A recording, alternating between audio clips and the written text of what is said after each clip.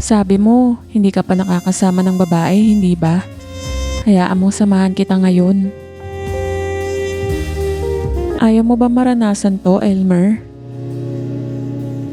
Tita, ano? Halika rito, higa ka rito. Akong bahala sa'yo, Elmer. Magugustuhan mo tong samahan natin. Relax ka lang dyan. Tita, nakikiliti ako dyan. Ang lakas talaga ng kiliti mo. Mawawala din yan.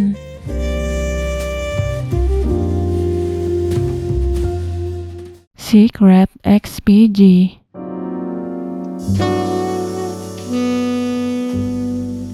Nandito na naman ako sa bahay na ito kung saan nagsimula ang pagbabago sa aking buhay. At muli, kaharap ko na naman sa hapagkainan ang aking tita Claire at ang buo niyang pamilya na naging bahagi na rin ng aking buhay. Tuwing bumababa ako ng barko, hindi ko talaga kinakalimutang dumaan sa bahay ni tita Claire bago ako umuwi sa aking pamilya na nasa probinsya. Lagi akong may nakalaang pasalubong para kay tita Claire at sa buo niyang pamilya bilang isang pagtanaw ng loob at pasasalamat na rin sa kanya at sa asawa nito na si Tito Fred na malaki ang tulong kung ano ako ngayon. Ako nga pala si Elmer, 30 years old at isang seaman. Kung ano ako ngayon at kung ano ang narating ko sa buhay ko ngayon ay malaking utang ko sa aking tita Claire na siyang kumuha sa akin noon sa probinsya upang maipagpatuloy ko ang aking pag-aaral sa Maynila. Bunso at nag-iisang kapatid na babae siya ng aking ama. Sa kanilang apat na magkakapatid, si tita Claire lang ang nakatapos mag-aral at nagkaroon ng magandang trabaho sa Maynila. Isa siyang pharmacist sa isang sikat na drugstore at nakapag-asawa ng isang seaman. Samantalang ang aking ama at iba ko pang tiyuhin na kapatid nila ay nagkasya na lamang sa pagiging mangingisda.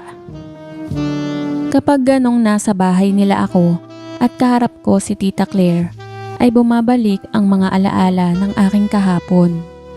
Kung paano akong tinulungan ni tita Claire upang gumanda ang aking buhay at kung paano niya akong iminulat sa isang mundong mapusok at puno ng kasalanan.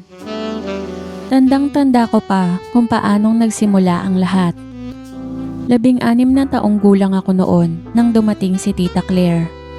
Kasama ang kanyang asawa at isang anak sa aming probinsya upang dalawin ang aming lola na magulang niya at para makapagbakasyon na rin. Summer iyon ng taong 2002. Wala akong pasok noon at wala na rin akong balak papasukin pa ng aking ama sa susunod na pasukan kaya hindi ko iyon malilimutan. Malungkot ako noon at nagtatampo sa aking mga magulang na nagpa siyang hindi na ako papasukin pa bilang isang 4th year high school student sa susunod na pasukan.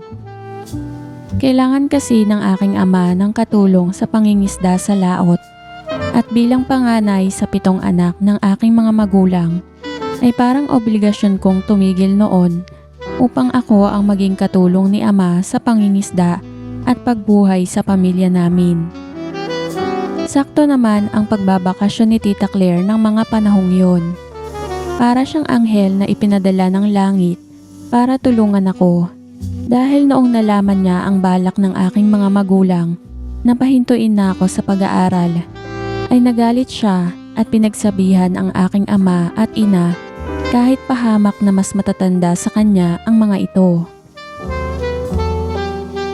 Kung hindi niyo kayang pag-aralin si Elmer, kuya, ako ang magpapaaral sa kanya. Isasama ko siya sa Maynila. Sayang naman kasi kuya, masipag pa naman mag-aral. Pag-aaralin ko kahit hanggang college para hindi naman lahat ng lalaki sa lahi natin maging mangingisda na lang. Ang sabi niya noon kay ama. Doon na nagsimula ang lahat. Isinama ako ni Tita Claire sa Maynila upang ipagpatuloy ko ang aking pag-aaral ng high school At para may kasama rin silang lalaki sa bahay, tuwing sumasampa ng barko ang aking tito, na 2 hanggang 3 buwan lang kung magpahinga sa pag-akyat sa barko. Sa pagtira ko sa bahay nila, ako yung naging katulong ni Tita Claire sa mga gawain niya sa bahay. Ako ang bahala sa paglilinis ng bahay, pagluluto at pagsundo sa aking pinsan na anak ni Tita Claire na grade 2 pa lamang noong 2002. Ganon lumipas ang unang taon ng pagtira ko kina Tita Claire. Nakagraduate ako ng high school sa isang pampublikong school malapit sa bahay nila. At mula doon ay itinuloy pa ni Tita Claire ang pagtulong sa akin sa pamamagitan ng pagtupad sa mga binitawan niyang mga salita kay ama na pag-aaralin ako ng college. Binigyan niya ako ng pagkakataon para makapili ng kursong gusto kong kunin sa college. Pero dahil laki ako sa tabi ng dagat at sima ng asawa niya, ay pinili kong mag-aral ng kurso na katulad ng sa kanyang asawa. Hindi niya tinutulan yon, pagkos ay sinamahan pa niya ako na mag-enroll sa isang maritime school sa may Santa Cruz, Manila, kung saan din daw nag-aral ang kanyang asawa. Dahil kasama ko si Tita Claire sa pag-e-enroll ko sa college, siya ang namili ng schedule ng aking pasok. Pinili niya ang tinatawag na Bravo schedule sa school na pinag-enrollan niya sa akin. Ito yung schedule na ang pasok ay 12 ng tanghali at lalabas ng 5 ng hapon. Pinili niya ang schedule na yon para daw sa umaga ay maihatid ko sa school ang aking pinsan na grade 3 na sa pasukan at masundo naman siya sa kanyang pinagtatrabahuhang drugstore kapag pauwi na ako para daw may kasabay siya sa pag-uwi. 6:00 ng gabi kasi ang out ni Tita Claire sa drugstore. Kaya sakto lang yung labas ko sa school ng 5:00 ng hapon at ang biyahe ko para masundo siya. Kung sakaling maantala naman daw ako sa traffic, ay hihintayin pa rin daw niya ako para may kasabay siya sa pag-uwi. Inisip ko noon kung sino ang magsusundo sa pinsan ko na anak niya. Pero ang sabi niya, huwag ko na daw isipin yun dahil may nakausap na daw siyang katulong na magsusundo dito. Gagawa ng mga ilang trabahong bahay at uuwi ng gabi kapag tapos na ang trabaho nito. Sa pagsundo ko kay Tita Claire tuwing uwian, doon na nagbago ang normal kong pagtira sa kanila. Unang linggo pa lang kasi ng pagsundo ko kay Tita Claire sa kanyang pinagtatrabahuhan, ay nasangkot na agad ako sa isang gulo dahil sa kanya. Isang gabi yun, habang lalapitan ko pa lang sana si Tita Claire sa labas ng drugstore na pinapasukan niya, nang makita ko siyang may kausap na isang lalaki, kaya hindi muna ako lumapit. Katrabaho ni Tita Claire yung kausap niyang lalaki. Mukhang maayos naman yung pag-uusap nila noong una. Pero sandali lang ay hinatak na ng lalaki si Tita Claire sa braso.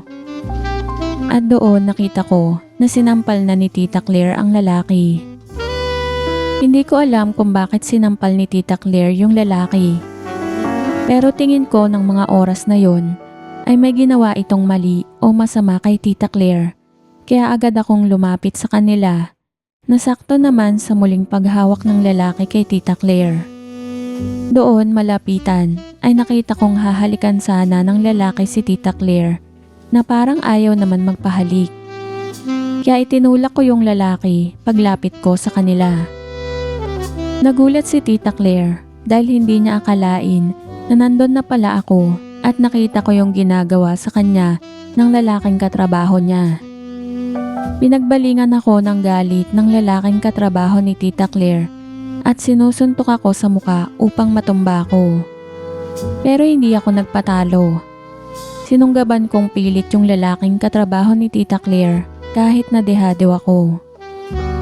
Buti na lang at naawat kami ng security guard nila. Naantala ang operasyon ng drugstore at naglabasan ang mga tao.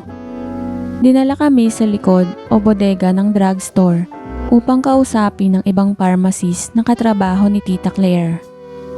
Samantalang yung lalaking sinampal ni Tita Claire ay hindi na sumunod at umalis na lang bigla. Doon sa loob, nalaman ko na binabastos pala si Tita Claire noong katrabaho niyang lalaki na iyon. Inaaya daw siya nito na samahan sa malamig na lugar silang dalawa. Akala siguro ng lalaking iyon ay may gusto sa kanya si Tita Claire. Kaya sinabihan siya nito ng ganoon at wag nang magpakipot kaya nasampal niya. Pagkatapos ng insidenteng iyon, hindi ko na nakita yung lalaki na yon. Ang sabi sa akin ni Tita Claire ay nahiya na daw siguro kaya hindi na pumasok. O inunahan na ang pag-terminate sa kanya ng company nila kaya nag-resign na. Sa bagay, hindi ko rin naman masisisi yung lalaki na yun. Maganda at sexy kasi ako eh. Ang biro ni Tita Claire sa akin habang tinutulungan ko siyang maglinis ng bahay isang umaga ng linggo kung saan wala siyang pasok at ganon din naman ako. Tama si Tita Claire sa tinuran niyang yun. Maganda at sexy pa rin siya para sa isang 34 years old na may anak ng isa. Kaya kahit ako, umiiwas tignan siya dahil kapag nakakaramdam ako ay siya ang pinapangarap ko at wala nang iba. Paano ko naman kasi papangarapin si Tita Claire? Pag ganon kasing naglilinis kami ng bahay, ay isang manipis na t-shirt na puti at maiksing short lang ang madalas niyang suot. Laging ganon kapag linggo, lalo na pagkatapos niyang maglaba. Kapag nababasa yun ng tubig at kapag ganoon ay agad akong pumapasok sa kwarto ko upang isipin siya. Nagpatuloy lang ako sa pagsundo kay Tita Claire tuwing uwian at habang dumadaan ang araw ay lagi ko nang naririnig si Tita Claire na nagkukwento sa akin tungkol sa mga lalaking may nagnanais sa kanya kahit na daw may asawa siya. Mga manyak yung mga tricycle driver na yan. Lalo na yung isa na yan na panot. Inaabangan pa ako bago magpasakay ng pasahero. Alam kasi nilang laging wala ang asawa ko. Kaya akala nila, sabik ako sa lalaki. Ang sabi niya minsan sa akin nang malapit na kami sa terminal ng tricycle sa aming subdivision. Yan, isa pa yung matandang yan. Ang sabi ulit niya sa akin habang iningunguso ang may-ari ng grocery store na minsan namang dumaan kami sa isang grocery store para bumili ng mga basic na grocery items bago kami umuwi. Kung napapansin mo, pamangkin ko, meron pa sa kapitbahay natin na kumpare mismo ni Fred. Ang mahilig kong makatingin sa akin. Pansinin mo, laging nakatingin sa bahay natin yun kapag dumadaan sa harapan natin. Ang isa pa niyang sabi sa akin, minsan habang magkasama kaming umuwi. Lahat ng sinabing iyon sa akin ni Tita Claire, tingin ko ay totoo dahil napapansin kong iba talaga silang makatingin kay Tita Claire. Lalo na yung kumpare ni Tito na kapitbahay namin na sinasabi ni Tita Claire na kakaiba kung makatingin sa kanya. Iniisip ko, swerte ako dahil yung mga lalaking yon na sinasabi sa akin ni Tita Claire hanggang tingin at pagpapangarap na lang sa kanya. Hindi tulad ko na hanggang tingin at pagpapangarap lang rin. Pero tuwing linggo, nakikita ko ang kagandahan ni Tita Claire tuwing sasabayan niya akong maglinis ng bahay. Walang ibang nakakakita doon, ako lang. Dahil may bakod ang bahay ni Tita Claire at sarado ang pintuan at bintana, kaya hindi nila alam na kapag linggo, halos nakabungad ang maganda na si Tita Claire sa loob ng bahay. Masaya na ako sa ganon, yung nakikita ko si Tita Claire sa suot niyang t-shirt na manipis at sa short na maigsi, na kung saan nauuwi sa pagpapangarap ko sa kanya. Kahit hindi dapat dahil totoong tita ko siya, magkamag-anak sa dugo at hindi ayon sa batas. Hindi na ako naghahangad ng sobra pa doon mula sa kanya. Kalabisan na kasi iyon para sa akin dahil pinag-aaral na nga niya ako at sa kanila pa ako nakatira. Subalit, hindi ko akalain na sa sobra pa pala ang kaswertehan ko sa pagtira ko sa bahay ni Tita Claire Nang dahil lang sa simpleng tanong na personal, nang minsan tanungin niya ako habang naglilinis kami ng bahay. Tinanong niya ako kung may girlfriend na ba ako o nililigawan. Na sinagot ko naman nang wala pa kahit isa. Sa totoo lang kasi, mahiyain akong tao. Wala akong tiwala sa sarili ko para manligaw sa babae. Kasi hindi naman ako mestizo at magandang lalaki. Iniisip ko palang manligaw, may bumubulong na agad sa utak ko na mababasted lang ako kasi hindi ako magugustuhan ng babae dahil pangit ako. Kaya hindi ko pa naranasang manligaw talaga noon bago yung tanong na yon ni Tita Claire. Parang alam ni Tita Claire ang dahilan kahit hindi ko sabihin kung bakit wala pa akong girlfriend o wala akong nililigawan. Dahil sinabihan niya ako na hindi lang daw sa itsura tumitingin ang mga babae. At bawat babae daw ay may hinahanap na katangian sa isang lalaki. Oo, yung sinabi na yun ni Tita Claire din ang iniisip at pinaniniwalaan ko sa buhay. Yung meron talagang tao na magkakagusto at magmamahal sa'yo na hindi ka titingnan sa panglabas na anyo, kung hindi kung ano ka sa loob. Iyon ang iniisip ko na sinabi sa akin ni Tita Claire tungkol sa hindi pagtingin ng mga babae sa itsura ng isang lalaki, pero nagkamali ako. Hindi pala ganon kalalim ang ibig niyang sabihin tungkol doon. Hindi ko alam kung nagbibiro siya o hindi sa sumunod na sinabi niya sa akin. Elmer, alam mo, madaming mga gwapong lalaki dyan. Pero tingin ko, mas liligaya ang babae sa'yo kaysa sa kanila. Kasi mabait at masipag ka. Bukod doon, may alam akong maipagmamalaki ka na wala sa iba. Ang sabi niya sa akin habang nakayuko siya at nakatingin sa suot ko. Tinitiyak ko sa'yo, hindi ka nila ipagpapalit sa mga gwapong lalaki. Asset yan. Yan ang wala sa iba. Ang dugtong niyang sabi sa akin. Nagulat ako sa sinabi niyang yon. Ewan ko kung nabingi ba ako o nagkamali ng pandinig nang sabihin niya ang salitang alam kung patungkol sa aking katangian. Hindi ako pwedeng mabingi o magkamali at saka nakatingin siya sa akin. Totoong may ipagmamalaki ako at alam yon ng mga kamag-anak namin sa probinsya dahil bata pa lang ako at hindi pa ako pala ayos noon. Ay lagi nang napupuna iyon ng mga matatanda sa amin. Kasama na doon si Tita Claire bago siya makatapos ng pag-aaral at magkapamilya. Ako, Elmer, ang hirap ng kalagayan ko. Ang asawa ko, laging wala. Kaya ang daming umaaligid sa akin. Mula sa pinagtatrabahuhan ko, sa daan at hanggang dito. Minsan naiisip ko na ano kaya kung patulan ko na ang isa sa mga umaaligid sa akin? Kaya lang baka maliit lang sila. Katulad lang din ng sa tito mo, hindi ako makontento. Maghahanap ulit ako ng iba, kaya huwag na lang.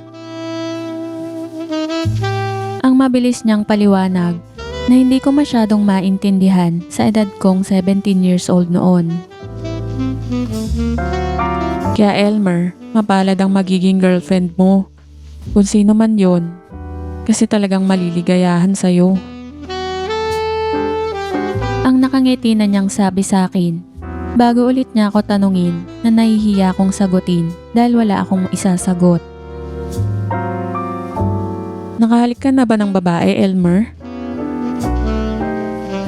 Ang tanong niya sa akin na hindi ko masagot dahil nahihiya akong aminin dahil hindi ko pa naman talagang nararanasan yun.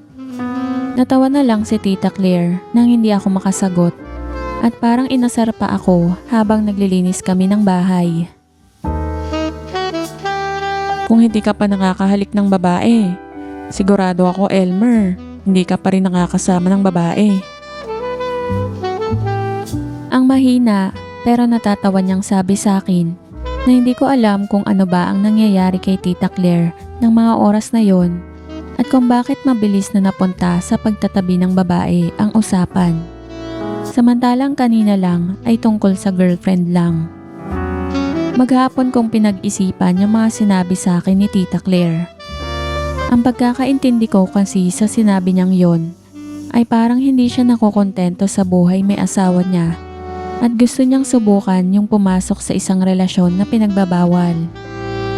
Ang hindi ko lang maintindihan, bakit kailangan pa niyang sabihin sa akin ang mga bagay na yon? Ano ang dahilan? 10:00 ng gabi at naghahanda na akong matulog. Bago matulog, naglilibang ako sa sarili ko na isang bagay para mabilis akong makatulog. Iyon ay ang mapag-isa, na normal sa isang 17 years old na katulad ko at walang girlfriend. Pangalawang pagkakataon ko na sana sa araw na yun. At pangalawang beses ko na rin sanang pag-iisip sa aking Tita Claire sa araw na yun na may biglang kumatok sa pintuan ng aking kwarto. Inaasahan ko na si Tita Claire yon dahil kami lang naman ang tao sa bahay na yon maliban sa anak niyang bata. At si Tita Claire lang naman ang laging kumakatok sa kwarto ko kapag may iutos o ipapagawa. Kaya binuksan ko ang pinto. Hindi naman ako nagtaka nang makita ko si Tita Claire sa pintuan ng aking kwarto. Dahil lagi namang ganon. Ang pinagtaka ko lang ay ang patay na ilaw ng salas. Karaniwan kasi kapag nasa harapan ng pintuan ng kwarto ko si Tita Claire na mga ganong oras, ay bukas ang ilaw sa salas para aninag niya ako at aninag ko rin siya. Pero sa pagkakataong iyon ay madilim. Walang ilaw sa loob ng bahay dahil naka-off din ang aking ilaw sa kwarto. Nakasanayan na kasi naming patay lahat ng ilaw kapag matutulog na. Pero naaaninag ko si Tita Claire na nakapangtulog dahil sa sapat na liwanag na nagmumula sa poste na tumatago sa jealousy glass ng aking bintana. Unang pagkakataon iyon na ganoon ang suot ni Tita Claire na kumatok sa aking pintuan ng kwarto at bago pa ako tuluyang mag-isip kung bakit siya nagkaganon ay agad na siyang pumasok sa aking kwartong nakabukas at bigla akong hinalikan. Sabi mo, hindi ka pa nakakasama ng babae, hindi ba? Hayaan mo samahan kita ngayon. Ang sabi niya sa akin pagkatapos niya akong halikan. Wala akong imik ng mga sandaling iyon. Hindi dahil ayokong umimik, kundi wala akong masabi o maisagot sa sinabi ni Tita Claire. Kasi hindi ko inaasahan ang pagkakataon na yon. Hinahalikan niya ako sa labi, pero hindi ako makaganti ng halik. Hindi dahil sa ayokong makipaghalikan sa kanya, kundi hindi ako marunong humalik dahil wala pa akong nahahalikang babae sa tanang buhay ko bago iyong gabing yun. Tumigil siya sa paghalik sa akin nang hindi niya maramdamang gumaganti ako ng halik. Nanatili kaming nakatayo at tinanong niya ako. Ayaw mo ba maranasan to, Elmer? Ang tanong sa akin ng aking Tita Claire. Tita, ano? Ang hindi ko alam na isasagot ko bago ako tuluyang yumuko na lang at hintayin na lang kung ano pa ang susunod na mangyayari o gagawin ni Tita Claire. Pero nananalangin ako noon na sana gawin niya ang lahat, huwag lang ang lumabas sa aking kwarto. Mabuti naman at hindi iyong isang ayaw ko ang sumunod na nangyari. Dahil hinawakan ni Tita Claire ang aking kamay bago siya humakbang ng isang beses papunta sa kama ko. Maliit lang kasi ang kwarto ko. 1 o 2 hakbang lang, makakaupo ka na sa kama. Pinaupo niya ako sa kama bago siya humiga dito. Halika rito, higa ka rito. Ang sabi niya sa akin habang hinahatak akong pahiga sa tabi niya. Akong bahala sa'yo, Elmer. Magugustuhan mo tong samahan natin. Relax ka lang dyan. May pag-aalinlangan pa rin ako kay Tita Claire o marapat sabihin na nandun pa rin ang pagkabigla sa kasalukuyang nangyayaring iyon sa amin ni Tita Claire. Tita, nakikiliti ako dyan. Ang lakas talaga ng kiliti mo. Mawawala din yan. Wala akong masabi kay Tita Claire ng mga sandaling iyon hanggang sa makapag-ayos at makalabas na siya ng aking kwarto. Hindi pa rin kasi ako makapaniwala na mangyayari sa amin yon o ipapasubok niya sa akin ang ganong karanasan.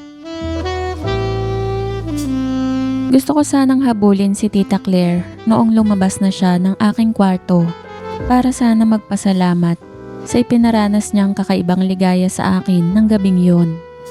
Pero paano ko sasabihin yun kung sakali nga? Mukhang mahirap sabihin sa sarili mong tita ang mga salitang, "Salamat Tita Claire." Kaya pinalampas ko na lang muna. Una akong nagising kinabukasan tulad ng lagi kong nakasanayan. Pinilit kong maging ordinaryo ang araw na yon kahit na hindi mawaglit sa isip ko kung ano ang magiging pakikitungo ko kay Tita Claire kung sakaling magkaharap na kami. Paano ko kaya siya titignan? At paano kaya niya ako titignan? At kung magtama ang aming mga tingin sa isa't isa, ano kaya ang magiging reaksyon ko o reaksyon niya? Kasalukuyan akong naghahanda noon ng almusal sa lamesa nang lumabas si Tita Claire sa kwarto. Hindi niya ako pinansin. Kasama nito ang kanyang anak at tumuloy sila sa comfort room upang paliguan ang kanyang anak na pumapasok tuwing umaga. Pagkapaligo sa anak niya ay bumalik sila sa kwarto para bihisa naman ang uniform to. Paglabas uli ng kwarto ay doon na ako unang pinansin ni Tita Claire. Elmer, mag-almusal na tayo at pagkakain ihatid mo na si Clara. At ako papasok pa sa trabaho. Ang utos sa akin ni Tita Claire, utos na araw-araw kong naririnig sa kanya. Opo, tita. Ang simpleng sagot ko habang umuupo sa silya upang sabayan sila tulad ng lagi kong ginagawa. Simpleng sagot na may halong hiya. Hindi yung dating simpleng sagot na natural lang. Kumakain kaming tatlo na magkakaharap. Si Tita Claire, ako at ang anak niya. Isang pagsasalo sa hapagkainan na iba sa dating pagsasalo namin. Dati kasi kapag ganon, ay salitan kami ni Clara kung tanongin ni Tita Claire ng mga bagay-bagay na may koneksyon sa pag-aaral namin. Kaya maganda ang flow tuwing umaga. Pero noong araw na yon, pagkatapos ng gabing may nangyari sa amin ni Tita Claire, ay parang si Clara na lang ang maingay. Kahit hindi tinatanong ni Tita Claire, dahil pareho kaming tahimik ni Tita Claire habang kumakain. Naiilang ako kay Tita Claire at malamang ganon din siya sa akin, kaya pareho kaming walang kibo habang kumakain. At kung hindi lang dahil kay Clara, ay hindi pa mababasag ang katahimikan naming iyon. Mami, bakit mas malaki ang baon ni Kuya kaysa sa akin? Ang sabi ni Clara upang mapatingin at mapangiti sa akin si Tita Claire bago niya ito sagutin. Clara, elementary ka pa lang naman. Kapag college ka na katulad ng Kuya Elmer mo, lalakihan ko na rin ang baon mo. Ang sagot ni Tita Claire na tumingin sa akin nang banggitin niya ang aking pangalan kay Clara. Doon parang nawala na ang puwang o ang pader sa pagitan namin ni Tita Claire upang kausapin na naman niya ako at paalalahanan ng mga dati na niyang sinasabi sa akin tulad ng mga pag-iingat sa paghahatid kay Clara sa school at kung ano-ano pa. At ang huli niyang paalala, syempre, ang pagsundo ko sa kanya sa drugstore pagkatapos ng aking klase. Ganun lang, pakiramdam ko bumalik na naman sa normal ang relasyon namin ni Tita Claire. Bilang magtita noong umagang din yun. Napawi ang aking kaiisip kung paano ko siyang haharapin at malamang ganun din siya dahil balik siya sa dati niyang sarili o gawi. Naiilang pa rin ako nang sunduin ko na si Tita Claire ng 6:00 ng gabi. Yung kami na lang dalawa ang magkasama sa harap ng maraming taong nakakasabay namin. Pero parang ako na lang ang nakakaramdam ng ganon. Dahil si Tita Claire ay normal na ang pakikitungo sa akin. Mapaharap man sa mga kasamahan niya nakasabay niyang mag-out o hindi. Mula sa pinapasukan niyang drugstore, sa daan, at hanggang makarating kami ng bahay, ay ganon ng ganon ang kilos ni Tita Claire na katulad ng dati. Iniisip ko na una at huli na iyong nangyari sa amin kagabi. Yung pinaranas niya lang sa akin ang hindi ko pa nararanasan. Pero may bahagi rin sa utak ko na nagsasabi na pwede pang mangyari ulit yun. Dahil nasa bahay na yon ang lahat ng pagkakataon para mangyari ulit yun. Depende na lang kay Tita Claire. Sabi ko sa sarili ko habang nakahiga at hindi makatulog na depende na kay Tita Claire kung may mangyayari ulit sa amin. Kasabay ng paghahangad ko na sana kumatok ulit siya sa aking pinto. Dahil handa at ayos lang sa akin kung sakaling uulitin niya yon. Hindi ako ang unang gagalaw para mangyari yon. Dapat siya ang magsimula. Hindi ako dahil wala akong lakas ng loob para simulan yon. At kung mangyayari ulit yon, ay sinasabi ko sa sarili ko na gagawin ko na ang lahat para lalong mapaligaya ko si Tita Claire. Sa kabilang banda, iniisip ko rin kung hindi naman mangyari yon, ayos lang din dahil kahit papaano, pinaranas naman na sa akin ni Tita Claire kung ano ang ibig sabihin ng karanasan gamit ang sarili niya. 11:00 na ng gabi at hindi pa ako makatulog sa paulit-ulit nakakaisip sa nangyari sa amin ni Tita Claire at na mga senaryo na pwedeng mangyari. Nang may narinig na naman akong katok sa aking pinto. Alam ko kung sino ang posibleng kumakatok na yon dahil wala namang ibang tao sa bahay na yon kundi kami lang. At aaminin ko na bigla akong natuwa nang marinig ang katok na yon. Unang pagkakataon na natuwa ako sa katok sa pinto. Dati kasi wala akong ganong pakiramdam kapag kumakatok si Tita Claire. Pero pagkatapos ng nangyari kagabi, ay hinahangad ko na sana kumatok ulit si Tita Claire sa pintuan ng aking kwarto. Binuksan ko ang pinto at tulad kagabi ay maaaninag na naman si Tita Claire sa pamamagitan lang ulit ng liwanag na nagmumula sa labas ng bahay na tumatagos sa jealousy ng aking bintana. Naka-t-shirt ito ng mahaba na hanggang hita. Elmer, Ang mahina niyang sabi sa akin bago humakbang papasok ng aking kwarto. Pagkapasok ay agad akong hinalikan sa labi na ginantihan ko rin ng halik. Saglit lang yung halikan namin dahil bumitaw agad siya.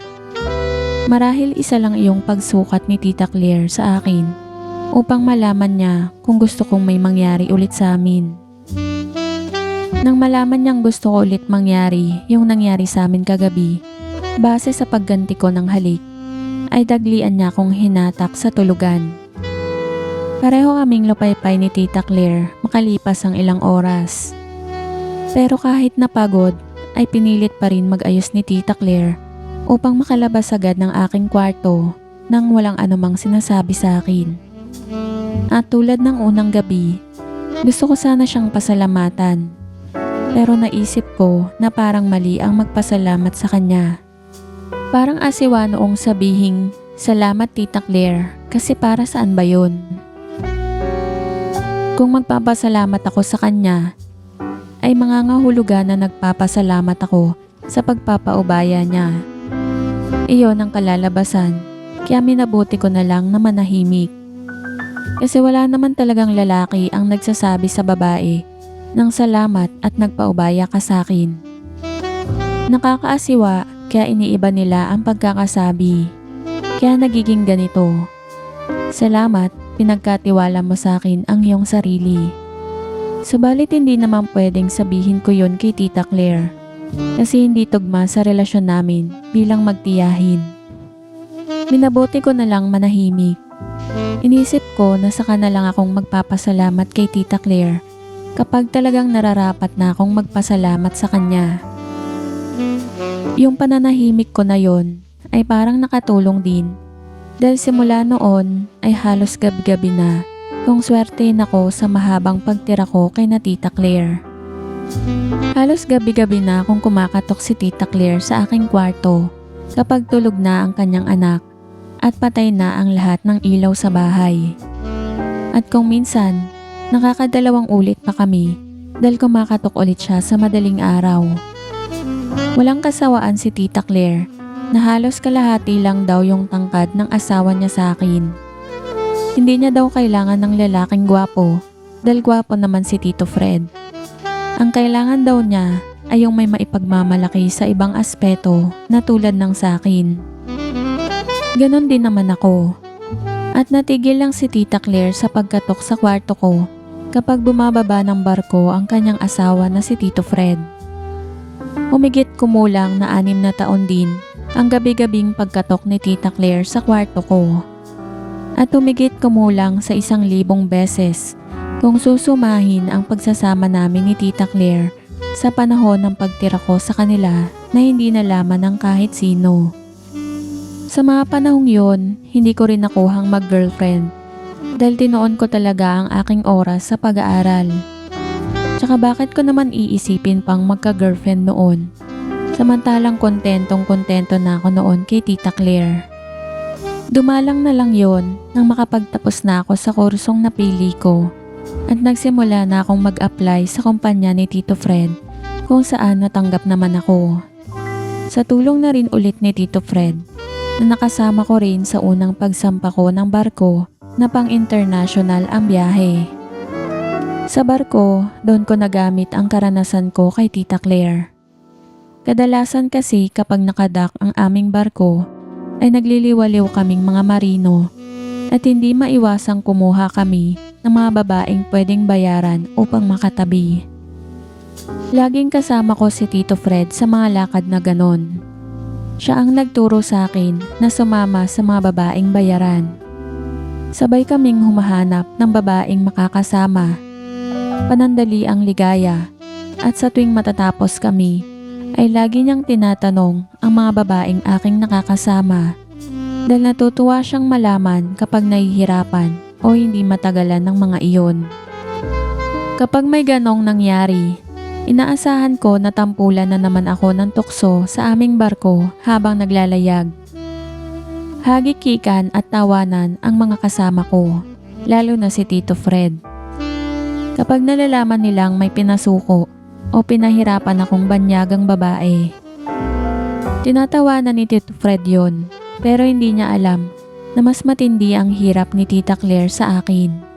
Tuwing kumakatok ito sa aking kwarto noong nakatira pa ako sa kanila, hindi ko lang masabi sa kanya.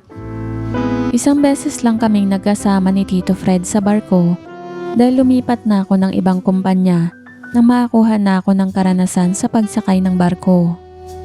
Minabuti ko talagang hindi kami magsama sa isang barko ni Tito Fred para magkaiba kami ng buwan ng bakasyon para hindi kami nagsasabay kay Tita Claire. Ayoko pa sanang tumigil ang pagkatok ni Tita Claire sa kwarto ko tuwing dumadalaw o namamalagi ako sa bahay nila kapag wala si Tito Fred. Pero siya na rin ang unti-unting tumigil. Dala na rin siguro ng pagkakaroon niya ng edad at pagkupas na rin ng kanyang kagandahan at alindog. 28 na ako noon at 46 naman ang edad ni Tita Claire nung huli namin. Pamilyadong tao na ako at pansamantala lang akong huminto kay na Tita Claire habang nag-aayos ng mga papeles sa muli kong pagsampa sa barko nang huling mangyari iyon. Gusto ko pa sanang may mangyari pa ulit sa amin kahit may edad na siya. Kaya palagi akong dumadaan sa kanila tuwing bumababa ako ng barko. Pero hindi na talaga kumatok si Tita Claire sa aking kwarto na talagang inilaan na niya para sa akin bilang pinakapaborito niyang pamangkin at kauna-unahang lalaki sa lahi namin na hindi naging mangingisda. Ngayon ngang nasa edad 30 na ako at kaharap ko ulit si Tita Claire at ang buo niyang pamilya sa isang hapagkainan. Laging may dala akong pasalubong sa kanya at sa buo niyang pamilya tuwing bumababa ako ng barko bilang pagtanaw ng utang na loob at pasasalamat na rin kasi hanggang ngayon hindi ko pa rin masabi kay Tita Claire ang salitang, "Salamat, Tita Claire."